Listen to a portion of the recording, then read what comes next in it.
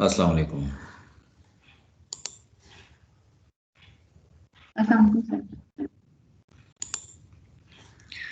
जी क्या हाल चाल है, खैरियत से हैं?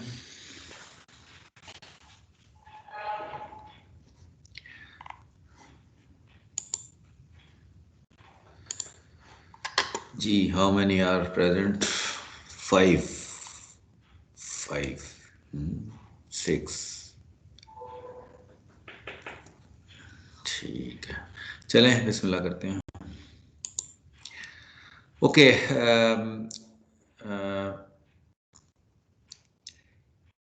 इमेजेस को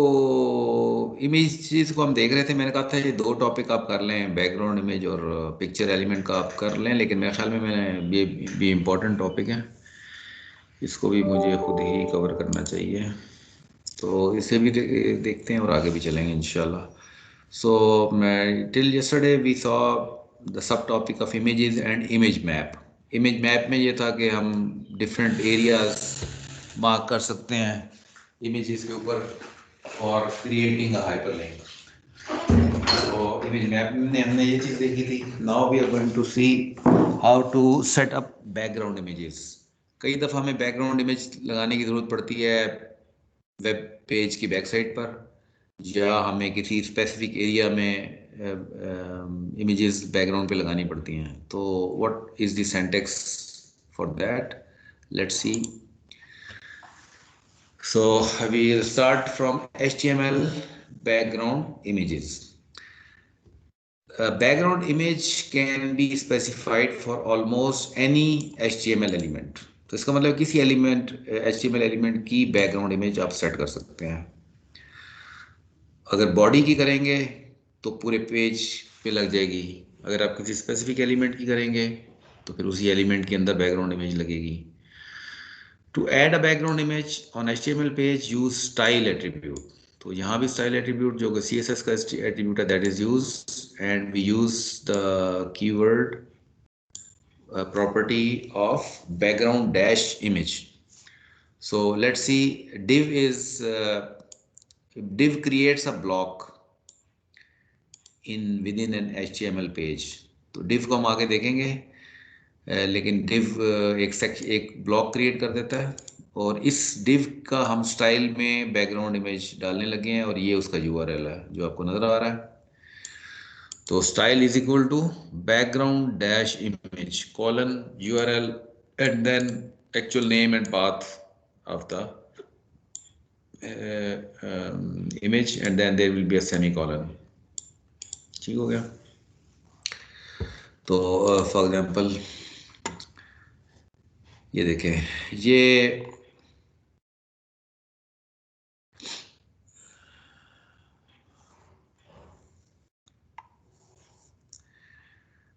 तो यहाँ पे अगर आप देखेंगे तो ये डिव है, डिव में हमने स्टाइल साथ दे दिया उसका कि बैकग्राउंड इमेज इसकी ये होगी, तो ये हमें डिव की इमेज नज़र आ रही है। इसी तरह हमने पी क्रिएट कर रहे हैं और पी का भी स्टाइल में बैकग्राउंड इमेज डाल दिया हमने, तो ये पूरा जो पी का ब्लॉक है इस ब्लॉक के अंदर भी ये बैकग्राउंड इमेज बैक साइड पे लग गई है। तो any element you can specify background image for any HTML element. Sir slide share नहीं हुई। क्या चीज सर है? आपने शायद स्लाइड शेयर नहीं की तो है, बाकियों को भी नजर नहीं आया। सर मुझे आ रही है। सर आ रही है, विजिबल है। अच्छा, आप अपना थोड़ा सा वो दोबारा ज्वाइन करें, एक दो बार निकल के ना। इमेज तो नजर आ रही है, मैंने शेयर की हुई है। तो ठीक है जी, तो बैकग्राउंड इमेज आप लगा सकते हैं किसी भी HTML एलिमेंट की बैक साइड पे। Two you can specify background image in style element in the head section. तो हेड के अंदर आपको पता है कि style, internal style sheet define की जा सकती है विद स्टाइल एट्रीब्यूट। तो हेड सेक्शन में स्टाइल शीट का पार्ट बना सकते हैं आप, वहाँ भी आप डिफाइन कर सकते हैं। फॉर एग्जांपल हम कहते हैं जी जितने भी डिव एलिमेंट्स होंगे इस पेज पर उसका बैकग्राउंड इमेज ये वाली होनी चाहिए। ठीक है, तो ये हम देखें हेड सेक्शन में लगाएंगे, ये हेड सेक्शन है। हेड सेक्शन के अंदर हमने क्या किया कि स्टाइल शीट बनाई है, इंटरनल स्टाइल शीट, और इसके अंदर हमने ये कह रहे हैं कि डिव एलिमेंट्स की बैकग्राउंड शीट ही होनी चाहिए। अब ये एक डिव एलिमेंट है, इसकी बैकग्राउंड शीट आपको नज़र आ रही है। अगर मैं एक और डिव एलिमेंट क्रिएट कर लूँ तो ये डिव मैंने एक और क्रिएट किया है, तो इस डिव के पीछे भी वही वाली बैकग्राउंड इमेज लग जाएगी। तो with style sheet you can define your style once. Sir ये div एलिमेंट किस लिए होता है? हाँ, डिव एक तरह का ब्लॉक क्रिएट कर देता है, ये भी आगे आएगा डिस्कशन में। तो लेकिन ये जैसे यहाँ पे आगे आ रहा है ना topic blocks and in line, यहाँ पे आपको डिव एक्सप्लेन करेंगे, लेकिन जो मोटी बात है वो ये है कि डिव एक ब्लॉक क्रिएट कर देता है विद इन अ पेज, एक एरिया डिफाइन कर देता है विद इन अ पेज, ये होता है डिव। ठीक है सर। अच्छा जी, आगे background image on a page. पूरे पेज पे अगर बैकग्राउंड इमेज लगानी है तो आप बॉडी के अंदर बैकग्राउंड डाल दें, background image of the body, तो पूरे पेज पे वो लग जाएगी। अगर इसे मैं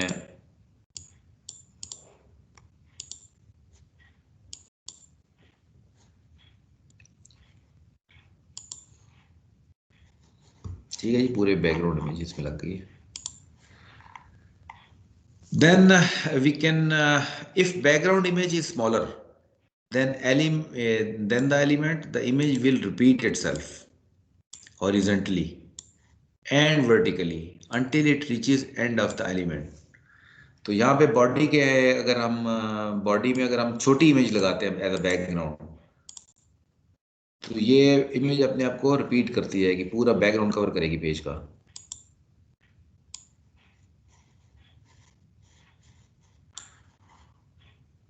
तो रिपीट बाय डिफॉल्ट होता है। वी कैन स्टॉप रिपीटिशन, अगर रिपीटिशन को स्टॉप करना है तो फिर हम ये background repeat colon no repeat लिखते हैं, तो इससे ये होगा कि वो इमेज फिर रिपीट नहीं होगी, एक ही बार इमेज आएगी।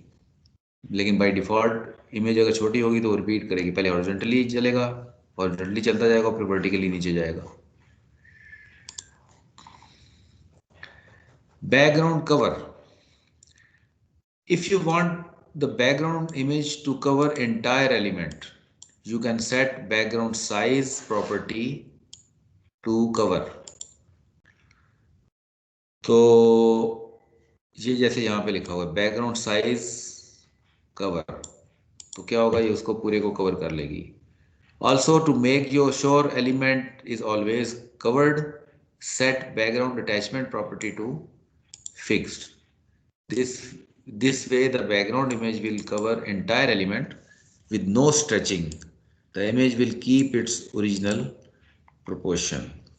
तो इसको देखते हैं, ये पूरा इमेज कवर कर रही है। अगर मैं बैकग्राउंड साइज कवर को निकाल दूं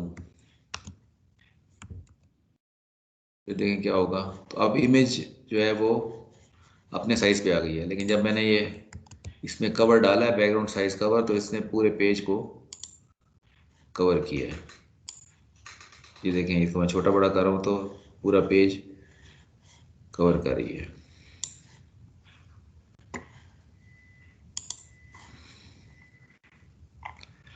अगर आप 100% डाल दें तो पूरा ये लेफ्ट राइट विड्थ को 100% कवर कर लेगी। यहाँ पे देखें क्या लिखा हुआ, बैकग्राउंड साइज 100%, 100%, तो विड्थ और हाइट दोनों को 100% कवर करेगी।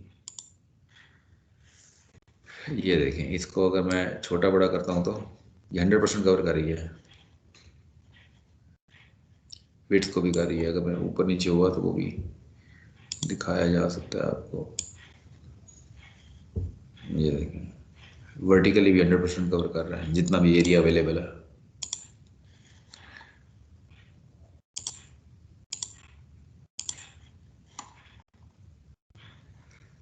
Okay, for the example above, you have learned that background image can be styled by using CSS background properties. To learn more about CSS background properties, study CSS background tutorial। ठीक है, separate भी आपको information ये मिल जाएगी। अच्छा, picture element recently introduce किया गया। HTML5 में है। HTML picture element allows you to display different pictures for different devices और screen sizes। यानी स्क्रीन साइज अगर छोटा होगा तो कोई और हम ये प्लान कर सकते हैं इस तरह। फॉर एग्जांपल ये बड़ी बड़ी आपको पिक्चर साइज नज़र आ रहा है तो डिफरेंट इमेज है, थोड़ा सा मीडियम साइज का पिक्चर साइज है तो इमेज कुछ और है, मोबाइल है तो इमेज डिफरेंट है। तो हम ये अपनी इसको HTML पेज को ऐसा बना सकते हैं कि वो अपने स्क्रीन साइज के मुताबिक इमेज डिस्प्ले करे।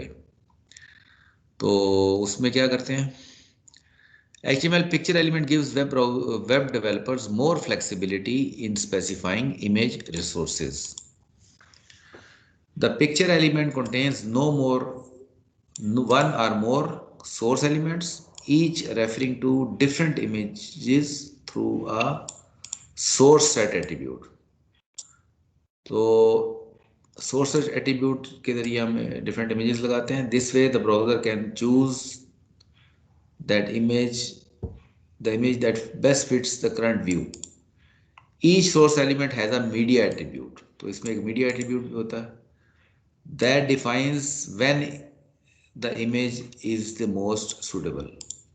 तो अब ये देखें यहाँ पे ये पिक्चर का एक एलिमेंट है, ये पूरा पिक्चर एलिमेंट है। पिक्चर एलिमेंट के अंदर 3 एलिमेंट्स हैं, 2 सोर्स एलिमेंट्स हैं और एक इमेज एलिमेंट है। तो सोर्स एलिमेंट में एक मीडिया एट्रीब्यूट है। मीडिया एट्रीब्यूट से हम मिनिमम विड्थ सजेस्ट कर रहे हैं कि 650, मतलब ये हम ये कहना चाह रहे हैं कि स्क्रीन साइज कम से कम 650 पिक्सल होना चाहिए, तब ये वाली इमेज शो करे, इमेज फूड JPG। दूसरे में हम कह रहे हैं कि ये इमेज साइज कम से कम 6465 पिक्सल होना चाहिए, तो फिर जो इमेज शो करनी है वो ये वाली शो करनी है। और अगर इसके अलावा कोई सिचुएशन है तो फिर ये वाली इमेज शो करनी है। तो इट्स वेरी इंटरेस्टिंग एलिमेंट। ये देखें यहाँ पे भी स्क्रीन साइज को हम छोटा बड़ा करके देखते हैं।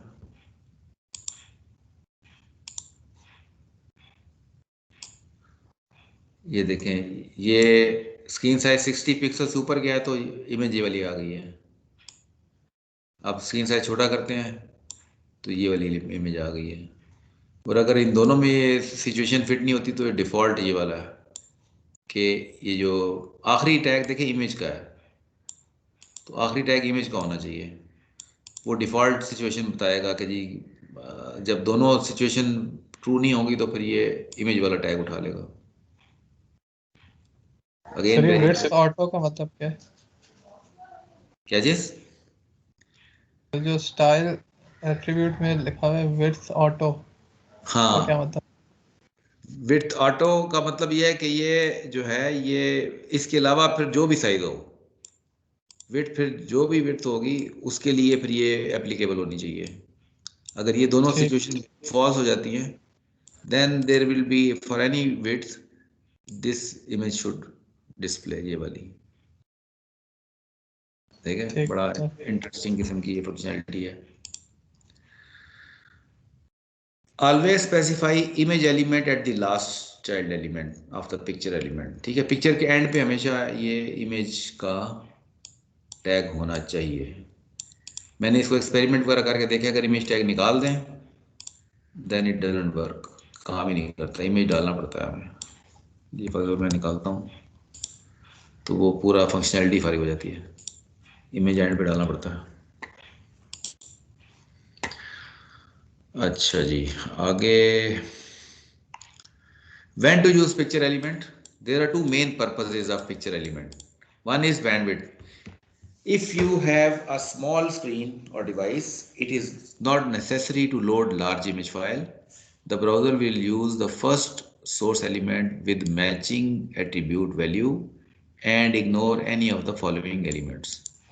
तो एक तो स्क्रीन साइज बैंडविड्थ को करना है। आप कहते हैं जी छोटी इमेज है, बैंडविड्थ कम है, तो आप छोटी इमेज की बैंडविड्थ कम चाहिए होगी, कम डेटा चाहिए होगा, तो वो छोटी इमेजेस उस सूरत में ज़रूर कर सकते हैं। Second is format support. Some browsers or devices may not support image format, but using picture element, you can add images to all formats, and browser will use first format to recognize that it recognizes and ignores all of the following elements. तो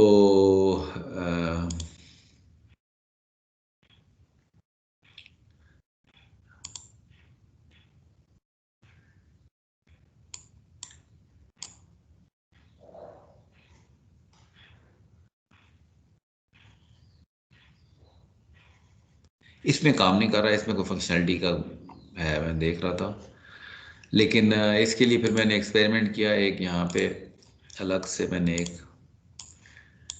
ये मैं दिखाता हूँ आपको, open with notepad. ये functionality है, ये भी पिक्चर की फंक्शनैलिटी शो करने के लिए।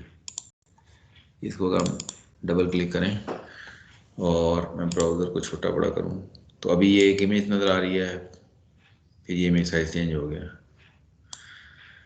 इसी तरह अगर मैं इसमें इंस्पेक्ट एलिमेंट ऐड करूं और इसे मैं छोटा बड़ा करूं, सबसे छोटा अगर इमेज साइज है तो ये वाली आ रही है, ये 3 पिक्चर डाली हुई है इसके अंदर। एक ये सबसे छोटे साइज के लिए है, बड़ा करेंगे तो ये आप ये वाला आ गया, और इससे बड़ा करेंगे तो ये वाला आ जाएगा, बड़ा वाला। तो ये आपको डिफरेंट एग्जांपल्स पड़ी हुई है नेट पे, वो एक एग्जांपल मैंने डेमोन्स्ट्रेशन के लिए यहाँ पे आपको शो किया।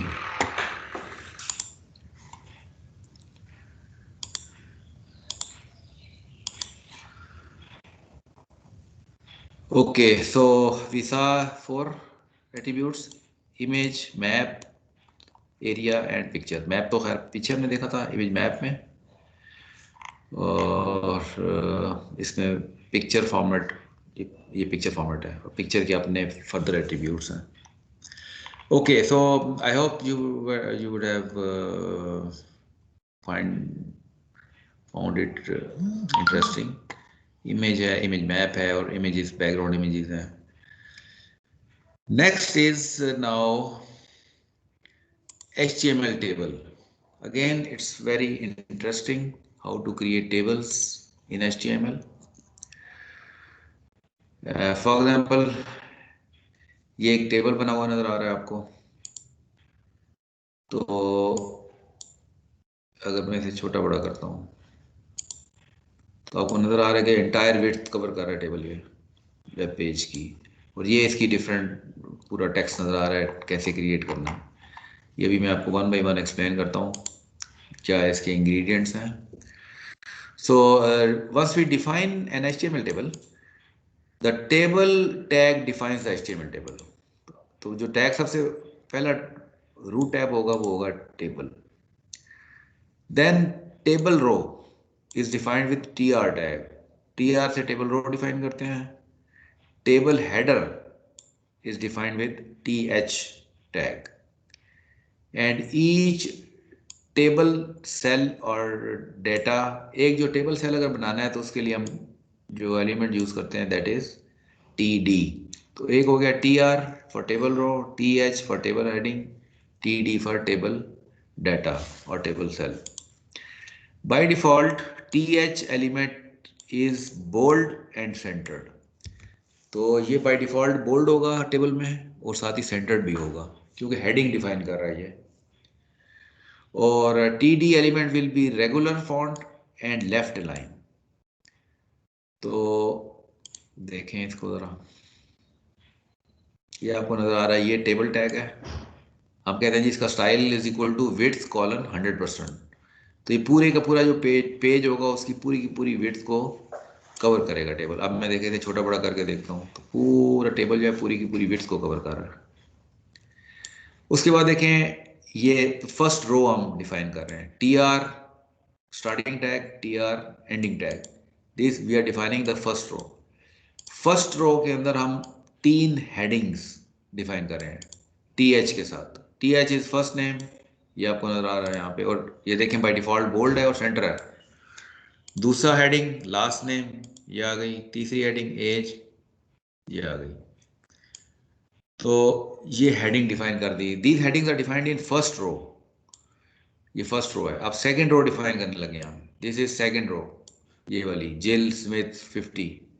पहला हमने डिफाइन कर रहे हैं टेबल सेल जेल के नाम से, then second table cell Smith and third table cell is 50। तो यहाँ पे आपको नजर आ रहा है जेल स्मिथ 50। फॉर एग्जाम्पल मैं इसको 500 कर देता हूँ, आई रन इट अगेन, तो ये आपको यहाँ पे 500 नजर आ रहा है हुआ हुआ।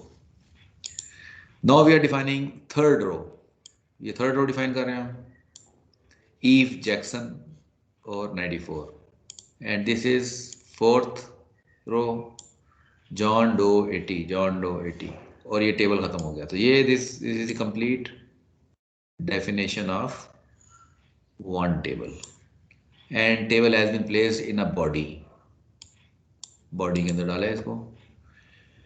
आई hope it is clear. Any question on this page, this view? कोई क्वेश्चन? No sir.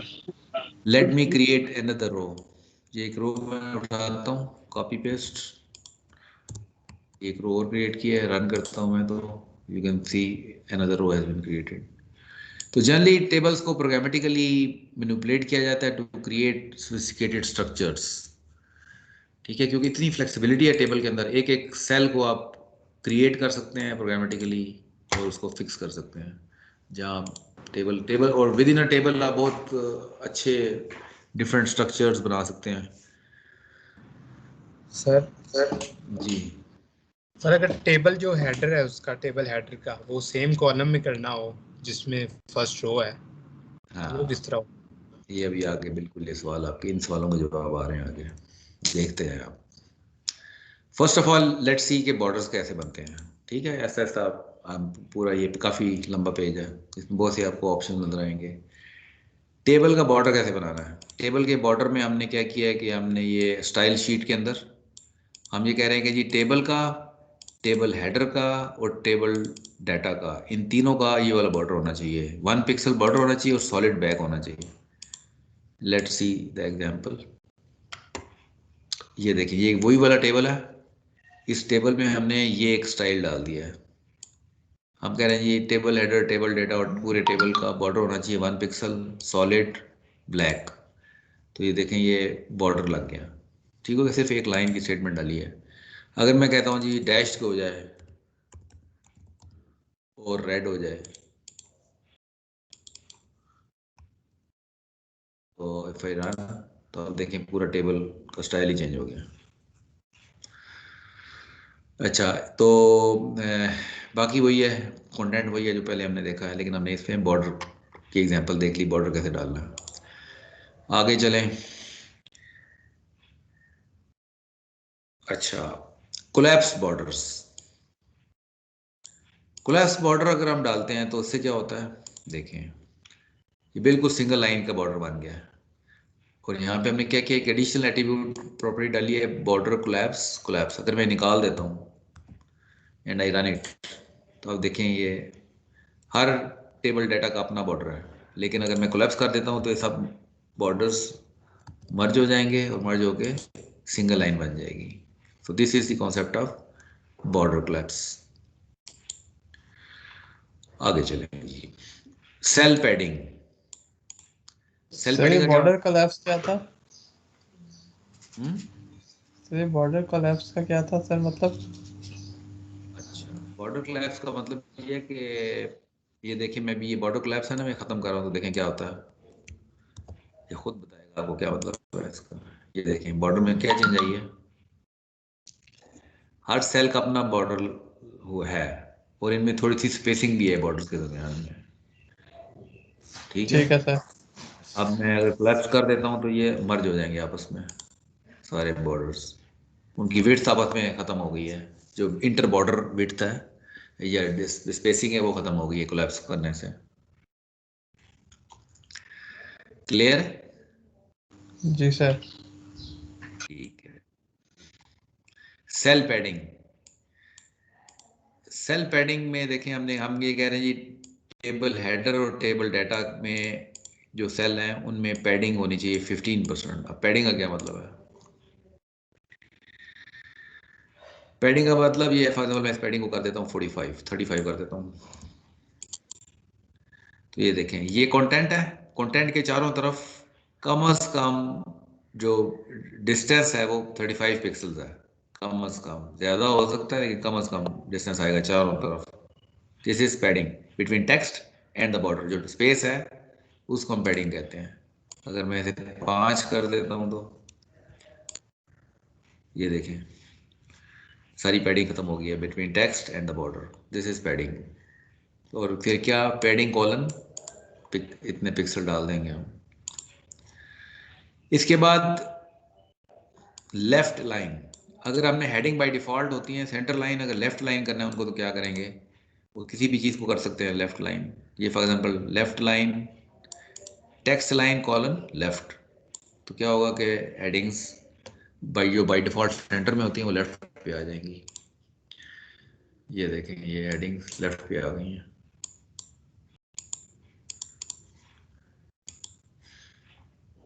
फिर बॉर्डर स्पेसिंग, बॉर्डर स्पेसिंग का कॉन्सेप्ट क्या है कि inter border to border spacing, ये बॉर्डर टू बॉर्डर स्पेसिंग है, ये आ रही है। अगर 15 है मैं 5 कर दूं, एक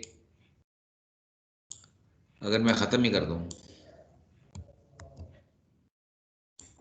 तो ये वाली डिफ़ॉल्ट सेटिंग आ गई है।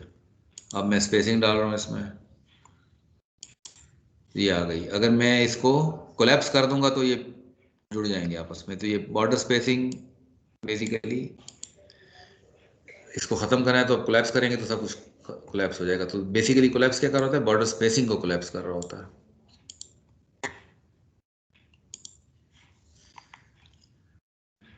HTML table cells डाल दें that तो span। कोलैप्स की इक्विवेलेंट। जी सर अगर 0 पिक्सल डाल दें तो वो कोलैप्स ही हाँ, बन ये जाता देखिए है। बॉर्डर कोलैप्स में कॉपी करता हूँ। ये बॉर्डर स्पेसिंग थी ना, बॉर्डर स्पेसिंग है ये, मैं यहाँ पे डालता हूँ साथ ही बॉर्डर कोलैप्स। सर मैं वो नहीं कह रहा सर, मैं कह रहा हूँ बॉर्डर स्पेसिंग में अगर 0 डाल दें। बॉर्डर स्पेसिंग में क्या डाल दें, कोलैप्स डाल दें। 0 यहाँ आप हो सकते हैं काम ना करे क्योंकि वो सिंटैक्स उसका आई डोंट नो सपोर्ट करता है क्योंकि इसका वो यूनिट पिक्सल्स में है ना। कंट्रोल नहीं, ये नहीं ना काम कर रहा। ठीक है अपना सिंटैक्स, ये 0 पिक्सल में स्पेसिंग आपने हमेशा पिक्सल में 15 दिस विल वर्क। ठीक हो गया। अच्छा जी, उसके बाद cell that spans many column, जैसे हम वर्ड में करते हैं हम मर्ज कर देते हैं, सेल मर्जिंग करते हैं हम। तो मर्जिंग का कॉन्सेप्ट आता है कॉलम स्पैन के साथ। कैसे आता है, ये देखिए टेलीफोन का जो सेल है it is spanning over 2 cells, यानी कि इसके समझ लेंगे 2 सेल को मर्ज करके एक बड़ा सेल बना दिया हमने। इसके लिए कॉन्सेप्ट जो है वो है ये वाला कॉलम स्पैन। हम कह रहे हैं जी कॉलम 2 सेल्स तक स्पैन करें, वो आगे टेलीफोन लिख दिया तो हमने उसके अंदर ही उसके एट्रीब्यूट डाल दिया कॉलम स्पैन का, तो इसने इसको इस तरह कर दिया। मैं फॉर एग्जांपल एक रो में एक टेबल और डाल देता हूँ, एक सेल और डाल देता हूँ। ये देखें ये टेलीफोन 2 कॉलम तक स्पैन कर रहा है, आगे तक नहीं गया, एक टेबल में एक मैंने और डाल दिया है। अब मैं इसको 3 कर देता हूँ अगर, तो ये पूरा उसको भी कवर कर लेगा, ये पूरा 3 सेल्स को कवर कर रहा है, स्पैन कर रहा है। Any question, I hope it's clear.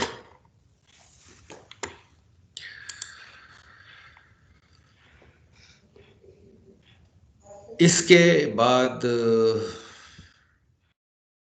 HTML table add caption. अच्छा टेबल का कैप्शन भी डाल सकते हैं, जैसे वर्ड में आप टेबल कैप्शन फिगर कैप्शन वगैरह डालते हैं, इसमें भी कैप्शन डाल सकते हैं। तो टेबल के इमीडिएटली नीचे आप कैप्शन डिफाइन कर देंगे, टेबल के नीचे कैप्शन मंथली सेविंग, ये देखिए ऊपर मंथली सेविंग लिखा हुआ आ रहा है सेंटर में। It is because of this caption element.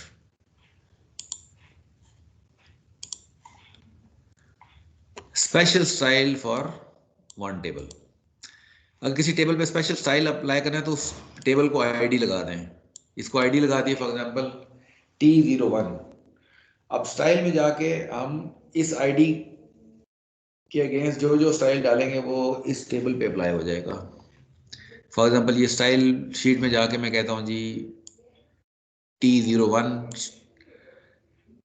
ID के साथ कि विड्थ और बैकग्राउंड कलर ये वाला होना चाहिए। तो ये देखें यहाँ पे दो टेबल डिफाइन है, एक टेबल ये वाला है, एक टेबल ये डिफाइंड है, और उसके बाद ये दूसरा टेबल ये डिफाइंड है। एक टेबल को आईडी दे दी हमने T01 और हमने यहाँ पे style sheet, internal style sheet define की है, और इस स्टाइल शीट के अंदर हमने ये वाला सेक्शन बनाया है कि T01 की विड्थ 100% होनी चाहिए और बैकग्राउंड कलर ये होना चाहिए। तो बैकग्राउंड कलर उसका ये हो गया। फॉर एग्जाम्पल मैं सीधा हैग्स के बजाय मैं सीधा सीधा ये यूज़ कर लूँ,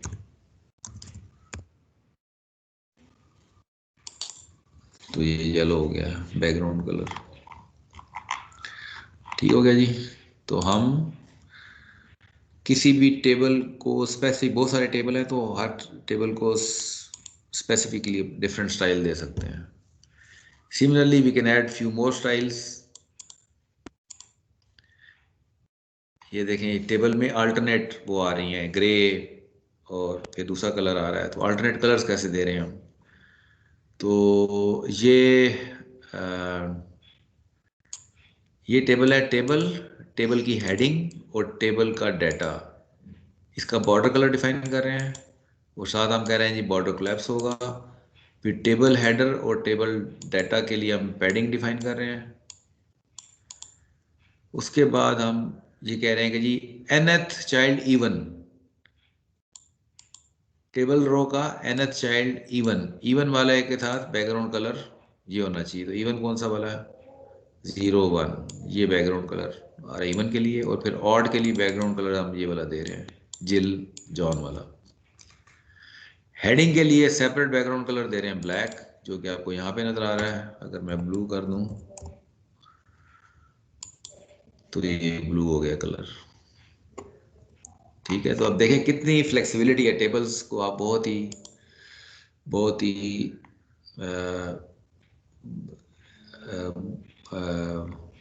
ही ज़रा कम्प्लेक्स तरीके से मैनिपुलेट कर सकते हैं इसको, स्ट्रक्चर को टेबल का।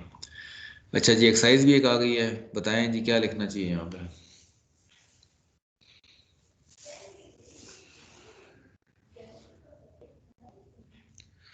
पहले क्या लिखें यहाँ पे, TH का टैग, कौन सा TH TH टेबल हेडर। वो तो नहीं TR ही होगा, उसके बाद हम TH। यार होगी, हम रो क्रिएट कर रहे हैं, फर्स्ट रो क्रिएट कर रहे हैं हम। ठीक हो गया, ये हमने फर्स्ट रो क्रिएट की है। अब इस रो के अंदर जा रहे हैं हम, यहाँ पे अब हम जाके हेडर क्रिएट करने जा रहे हैं, TH और नेम, और उसको क्लोज करना है हमने।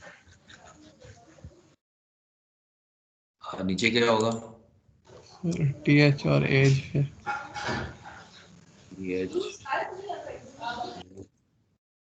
आवाजें कहाँ से आ रही हैं भैया, इनको बताएं, अपने माइक बंद करें। TH, सॉरी देखो यही लिख दिया, शोर है, शोर की आवाज़ सुनी है मैंने तो। TH, चले ठीक है, ये इसका होना चाहिए। और शॉर्ट आंसर देखें तो यही ब्लू हो गए हैं, so it mean our answer is correct. So ये हमने बहुत सारे टैग्स हैं जो जिनका ताल्लुक होता है इसके साथ। पूरे का पूरा ये हमने देखे हैं। एक कॉलम कॉलम ग्रुप कवर नहीं हुआ है इसमें मेरे ख्याल में, हमारा कवर हुआ डबल कॉलम। हाँ, cell that spans many columns, जैसे आप कह रहे थे ना, ये क्वेश्चन था आपका कॉलम वाला। नहीं, ये तो हमने देख लिया था। Cell that spans many many rows, ये देखें, ये 2 रोज को कवर कर रहा है ये। तो क्या कर रहा है, कैसे हो रहा है ये? हमने हेडर रो में लिख दिया रो स्पैन 2, तो ये हेडर रो बोल्ड बन गई है और रो स्पैन 2 हो गया और इसके अंदर टेलीफोन लिखा हुआ आ गया। तो रो स्पैन भी हो सकता है। इसके अलावा हमने क्या मिस कर दिया है? Row span, column span, heading, टैडिंग, ये सारा कवर हो गया। ये एक टैग नहीं कवर हुआ हुआ इसके अंदर, कॉलम ग्रुप का। Column group, set a background color of 3 columns with the column group and column tag। तो ये कॉलम ग्रुप बनाया पूरे का पूरा। कॉलम ग्रुप के अंदर 2 कॉलम के टैग आ रहे हैं। लेट्स सी क्या करेगा ये। तो ये कॉलम ग्रुप है हमारा। हमने कहा कि जी एक कॉलम जो है वो आ गया और ये दूसरा कॉलम आ गया और बैकग्राउंड कलर रेड है। ठीक है, तो एक पूरे कॉलम का ग्रुप पे स्टाइल अप्लाई करना हो तो हम ये काम कर सकते हैं। तो ये हमारा टेबल कवर हो गया। We come out to the list. अब ये देखें, लिस्ट ये बुलेटेड लिस्ट है और ये नंबर्ड लिस्ट है। बुलेट लिस्ट को हम अनऑर्डर्ड लिस्ट कहते हैं और नंबर्ड लिस्ट को हम ऑर्डर्ड एलिमेंट लिस्ट कहते हैं। अनऑर्डर्ड के लिए ये सिंटैक्स है यूएल। यूएल एलिमेंट है, यूएल मीन्स अनऑर्डर्ड लिस्ट, और उसके अंदर फिर लिस्ट आइटम्स है एल आई के नाम से। L I L I L I, these are list items. ये देखें डॉटेड आ गया, कॉलम टी ब्लैक। अगर मैं इसमें एक और डाल देता हूँ, 3 और डाल देता हूँ, तो आपको बुलेटेड लिस्ट मिल गई है। तो यूएल अनऑर्डर्ड कॉलम लिस्ट के लिए यूएल यूज होता है और ऑर्डर्ड लिस्ट के लिए ओएल वर्ड यूज होता है। ओएल और उसके अंदर एल आई होंगे, तो ये 1 2 3 करके आ जाएगा। अगर मैं ज़्यादा कर दूं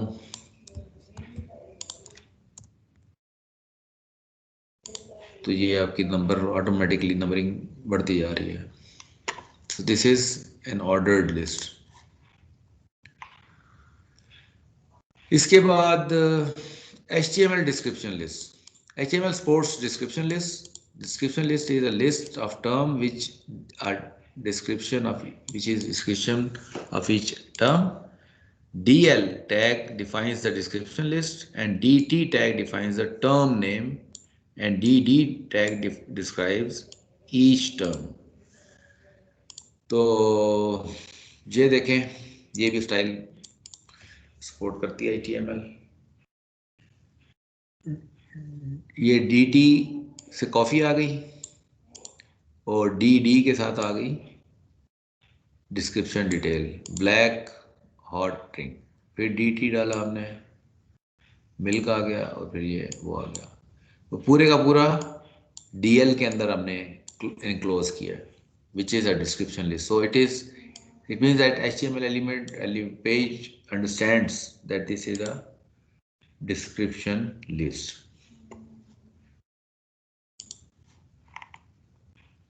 So this is what we have seen in this chapter. UL, OL, LI, DL, DT, DD, ये इनकी हमने एग्जांपल्स देखी हैं डिफरेंट लिस्ट बनाने के लिए। There are 3 kinds of list. और आगे चलते हैं।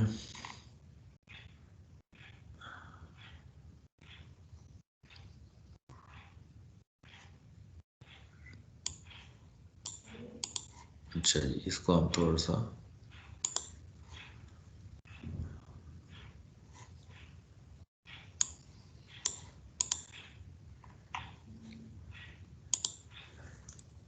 Disc bullets, unordered list with disc bullets. तो इसमें ये डिस्क बुलेट क्यों कह रहा है, ये नजर नहीं आया मुझे। सर्कल, अच्छा, ये बुलेट का स्टाइल डिफाइन करने के लिए है। लिस्ट स्टाइल टाइप सर्कल, तो इस सर्कल में सर्कल छोटे छोटे बने हुए आ गए हैं। पीछे वाले में क्या था, पूरी एक डिस्क बनी हुई आ रही थी। फिर ये स्क्वायर बने हुए आएंगे, ये स्क्वायर बने हुए आ गए। तो आप उसके बुलेट्स का स्टाइल भी डिफाइन कर सकते हैं। और नन कर देंगे तो आप ये बुलेट्स को ऑफ भी कर सकते हैं। इसका ऑर्डर लिस्ट में क्या है, इसमें भी देखें डिफरेंट ऑप्शन होंगे। ये तो नॉर्मल ऑर्डर लिस्ट है।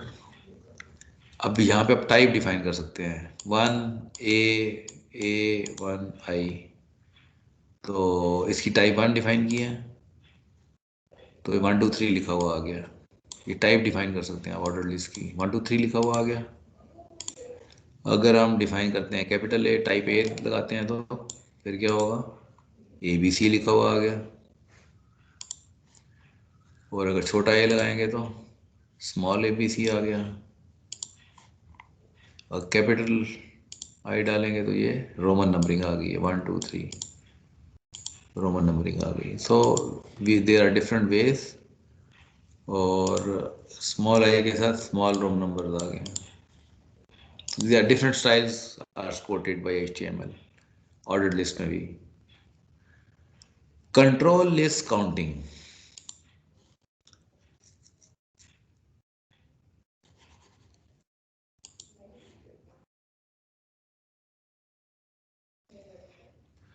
by default an ordered list will start counting from 1.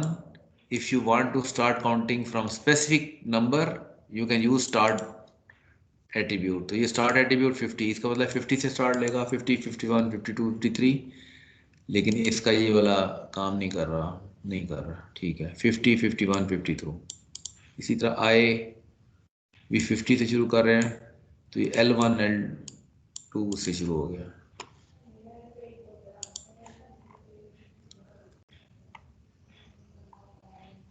List can be nested, ये भी इंपॉर्टेंट चीज़ है, कई दफ़ा ज़रूरत पड़ती है। नेस्टिंग को कैसे सपोर्ट कर रहे हैं हम, ये टी लिखा है, LI के अंदर हमने एक और लिस्ट डिफाइन कर दी, LI के अंदर ऑर्डर लिस्ट। तो ये आ गया। अगर मैं अनऑर्डर्ड लिस्ट करना चाहता हूँ तो मैं इसको UL कर देता हूँ, UL। तो इसके अंदर बुलेट लग गए हैं।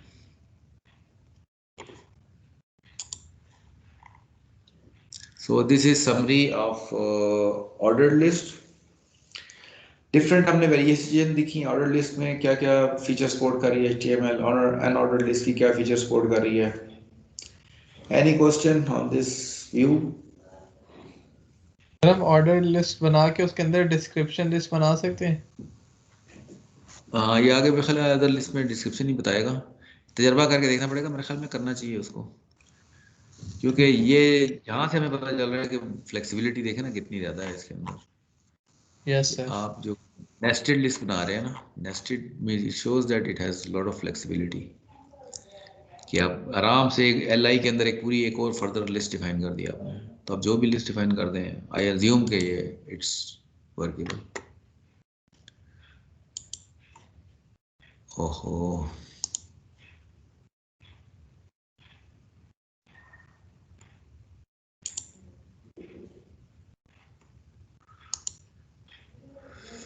अनडू टैग नहीं है इसके अंदर, ओपन अदर टैग नहीं है। सर वो आप राइट साइड पे जो 3 डॉट्स बने आ रहे हैं ना, उधर हिस्ट्री पे जाएं तो वो रिसेंटली क्लोज टैब्स आ जाते हैं। तो यहाँ पर सर राइट साइड पे 3 डॉट्स हैं सर। तीन डॉट कंट्रोल शिफ्ट टी दबा दें फिर भी आ जाए। अच्छा हाँ, रिसेंटली क्लोज, गुड, ठीक है। चले देखिए ना, आपसे भी कुछ सीखा मैंने, गुड। अच्छा जी, HTML अदर लिस्ट, ये डिस्क्रिप्शन लिस्ट आया, ये पहले हमने देख चुके हैं, डिस्क्रिप्शन लिस्ट बन जाती है, ये हमने ऑलरेडी देखा हुआ है। और बस, अच्छा जी, add list item with the text coffee inside UL, बताएं यहाँ पे क्या आना चाहिए।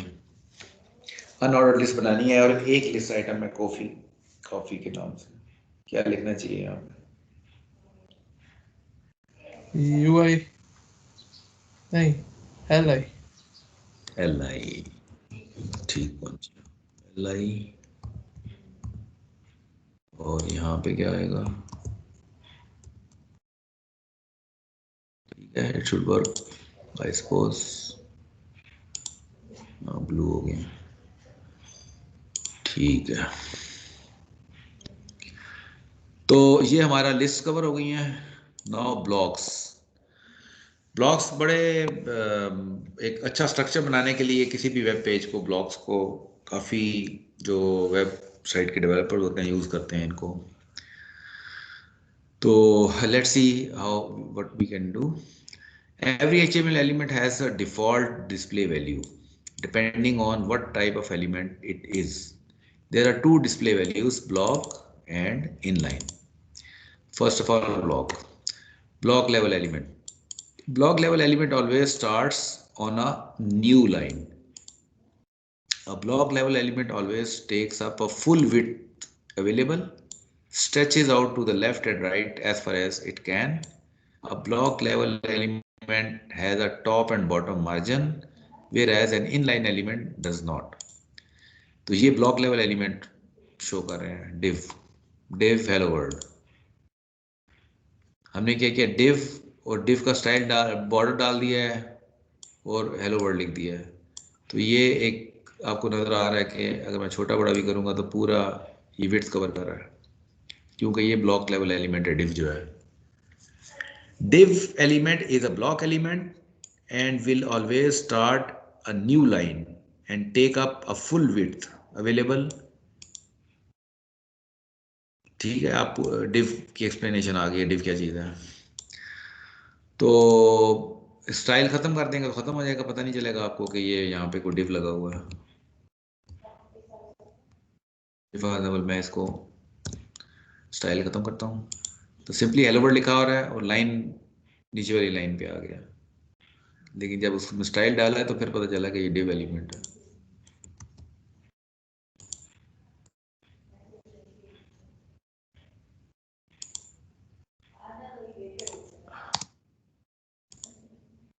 ये div आ गया।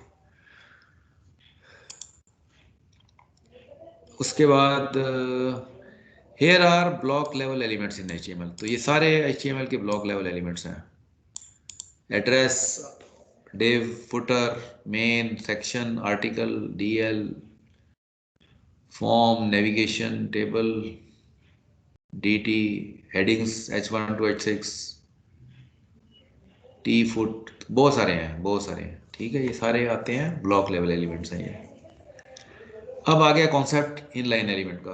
The inline element does not start a new line, an inline element only takes up as much width as necessary. This is a span element inside. तो ये एक one of the example of inline element is span.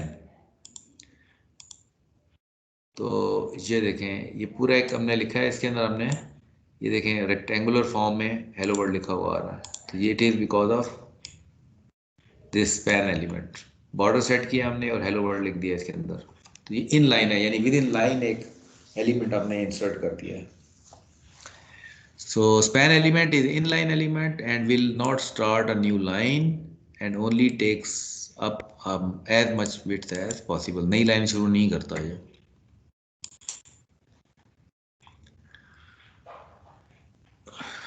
ठीक है जी। और इसके बाद चलें थोड़ी सी ब्रेक करते हैं, मैं भी बोल बोल के रोज़ा रखा हुआ थक गया हूँ। Let's have a break for 10 minutes.